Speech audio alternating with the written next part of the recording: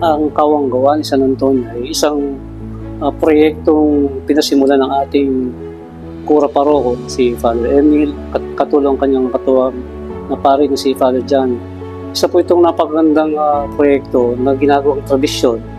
na tuwing ika-13 ng buwan ay nagbibigay po tayo ng tulong o kaunting mga tulong sa ating mga kapwa na nangangailangan ng tulong upang maipaabot po natin sa kanila na ito pong ika-13 ng buwan ay siya pong kapistahan na araw ng ating patron si San Antonio.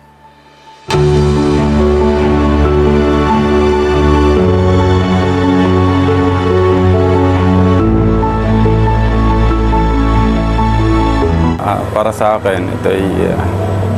pagpapakita ng pakikiisa para